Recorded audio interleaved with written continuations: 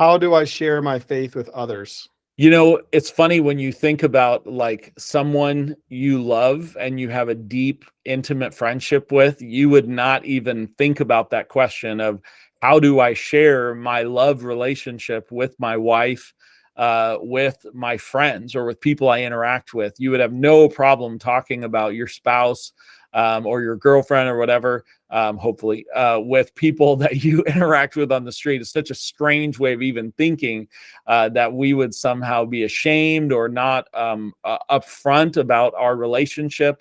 And so there's even warnings in the Bible against denying him before people.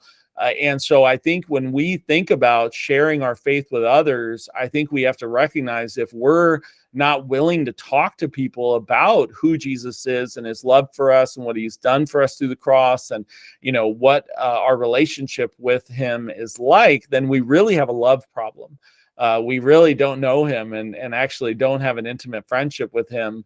And so there's maybe some repentance of really reconciling with God around maybe some shame, being shamed of him, or and really asking him to pour his love into you and to free you so that you can be who he's created you to be, right? Because if he is like intimately involved in every aspect of your life, that you're living your life obeying his voice and doing what he says, and you're walking with him, anyone who gets around you is going to encounter Jesus, right? Because he's part of your whole world. But if he's not, well, then maybe you can hide him. Maybe you can kind of, segment your life in some ways. And so for me, when I think about sharing Jesus, is everywhere I go, I'm gonna, if I'm hiding him, if I'm ashamed of him, and I'm maybe afraid of people, but I'm not afraid of grieving Jesus by the way that I'm acting like I don't know him or he's not part of my life.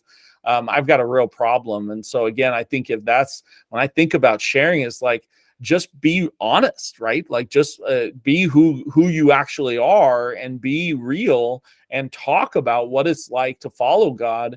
And man, people are going to hear that and go, that's crazy. What is that? And how do you do that? And, we can so often try to relate to people based on just like being normal. But you know what? I don't see anywhere in the Bible where normal people did anything great for God. So I think when we're thinking about sharing our faith, it's like, well, you know, if you have to like conjure that up, then there's probably an issue that you're not really walking in intimacy and friendship with him, and that maybe there's areas where you're ashamed of him. And you know what? He's awesome. And we want everybody to know this love, and we should not be okay until everybody on earth has had a chance to experience that love and acceptance that we have. If you're struggling to hear from God on what he might be asking you to do, I want to encourage you to check out my course on hearing God's voice and really develop this discipline of getting before the Lord and not just monologuing at him, but listening and hearing his voice and obeying wholeheartedly to do everything he's called you to do.